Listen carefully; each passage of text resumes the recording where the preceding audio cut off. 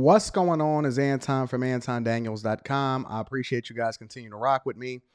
Apparently, J.R. Smith is snitching on his teammates and his fellow co-players from the NBA in the bubble.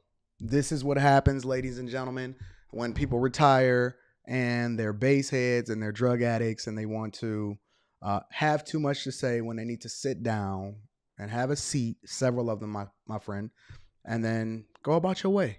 Just fade off into oblivion, start you a YouTube channel or something like that, but stop talking too much. Let's go ahead and get into this video. Specifically, he was on All the Smoke, and they asked him a question, which I don't even know what they would ask him this question, but they asked him a question, and they wanted to know what was happening in the bubble. Let's take a look. In the NBA was, not to mention no names, was a tree in the air in the bubble? Tree in the air in the bubble, ladies and gentlemen, is specifically referencing marijuana. Oh, yeah, we was blowing it down. Okay. Was you? Yeah, I knew it. I knew that's it. But you know it's funny, though? They didn't know that was the only way you could really... function, right? You could really function in that joint. So I was gonna let you say it first. Because remember, we was on FaceTime when you was telling us, we was on FaceTime when you was rolling up telling us how miserable you was when you was in the bubble. Well, I was on, for real, we was in the chat almost every night, bro. Toast on the other side, like, this shit was wild. But it was cool because I'm glad it happened because it finally broke that barrier and that stigma that you couldn't play and all of this. It was a drug, it was this and that. And then when you go to the bubble basketball, some of the dudes was like, granted, some of the dudes was playing, it was like practice games kind of situation. So some of them really can't play that well in front of 30,000. But at the same time, you seen some of the best level of basketball. You seen these dudes still doing what they was doing. This guy looks like a crackhead. There's no two ways about it. Like kicking, killing, cook though. You know what I'm saying? So like, stop making it seem like it's so. You know what I'm saying? Like it's just like it's alcohol or something. Like you know you ain't out that joint drunk. Look at this dude. Look at his eyes. That shit ain't happening no more.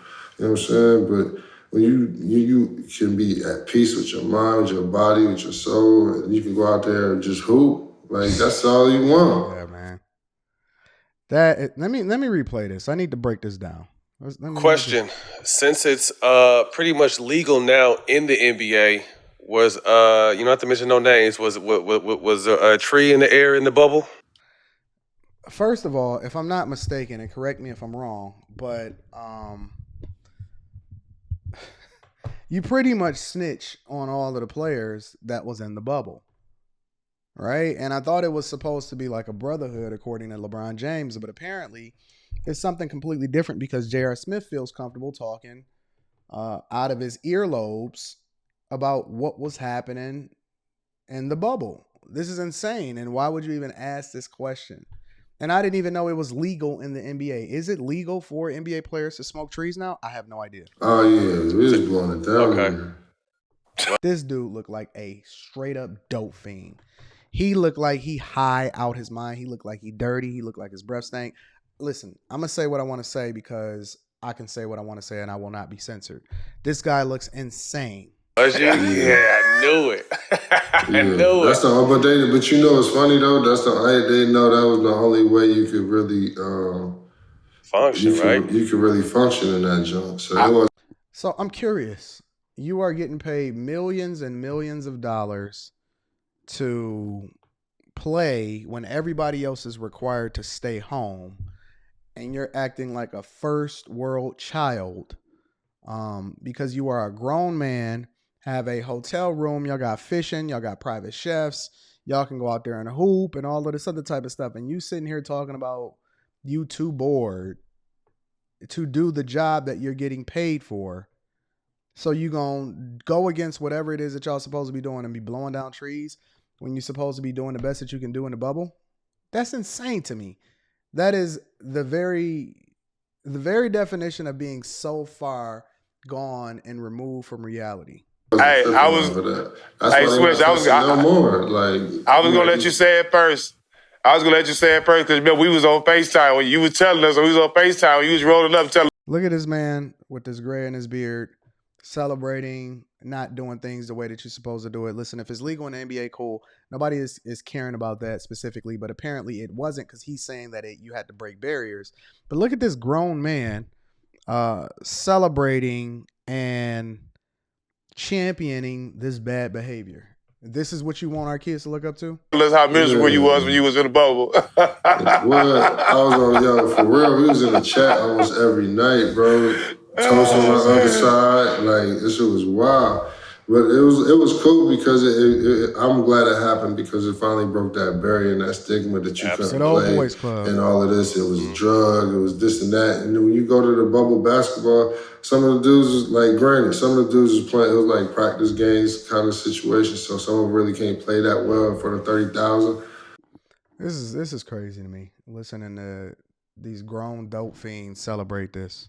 But at the same time, you seen some of the best level of basketball. You seen these dudes still doing what they was doing, like kicking, killing, cooked them. You know what I'm saying? So alcoholics, well-noted and documented alcoholics in multiple different sports, not just NBA basketball, has been known to be functioning alcoholics and then need that in order to continue to do what it is that they do successfully. They're called functioning drug addicts. It doesn't mean that it's the best for you, but why would you even risk it in the first place? I'm just so confused. So, like, stop making it seem like it's so, you know what I'm saying? Like, it's just, like it's alcohol or something. Like, you know you ain't out that joint drunk, just getting 60 like that. That shit ain't happening no more. I don't need to see anymore. I'm very, very much confused about what it is that we're championing here in our society and what it is that we're celebrating. I think that this is insane as usual. You know, that's one of my favorite words. One of my favorite phrases is super duper dope. This is not super duper dope. This is insane in my opinion. This was J.R. Smith apparently in the bubble checking in, or maybe not. I have no idea. Maybe he was high, maybe he wasn't high, maybe they just got him in the wrong frame. But he very much looks high, and then now you have to start going back and looking at the footage of what these dudes look like, and I could just almost I could just imagine what they smelled like on that court. Because the one thing about trees is that you can't get it out of your system. Like when I can smell trees getting out of an elevator from somebody that was really, really far away, and I start smelling it the minute that I walk up to the elevator. They can be on a completely different floor. I'll start smelling trees. And listen, I don't really care what you do. What I'm saying is I don't do it, but more importantly, make sure that you stay professional in every single thing that you're doing, especially when it comes to securing the bag. We don't fumble bags in any way, shape, and form. And I think that this specific scene is a reflection of the ills and the woes and the issues that we have as far as what these people are really being and the role models to other people. I think it's crazy. I think it's insane. All right. I love you guys. I appreciate you. Don't follow J.R. Smith. Make sure you subscribe to the Patreon instead. Link is in the description as well as pinned to the top of the chat if you're watching this on a premiere. I love you. I appreciate you. We're doing great things in the Patreon. Make sure you hit a like for the YouTube algorithm. Subscribe to the channel if you haven't already. And I'm going to see you guys later. Don't follow J.R. Smith, ladies and gentlemen.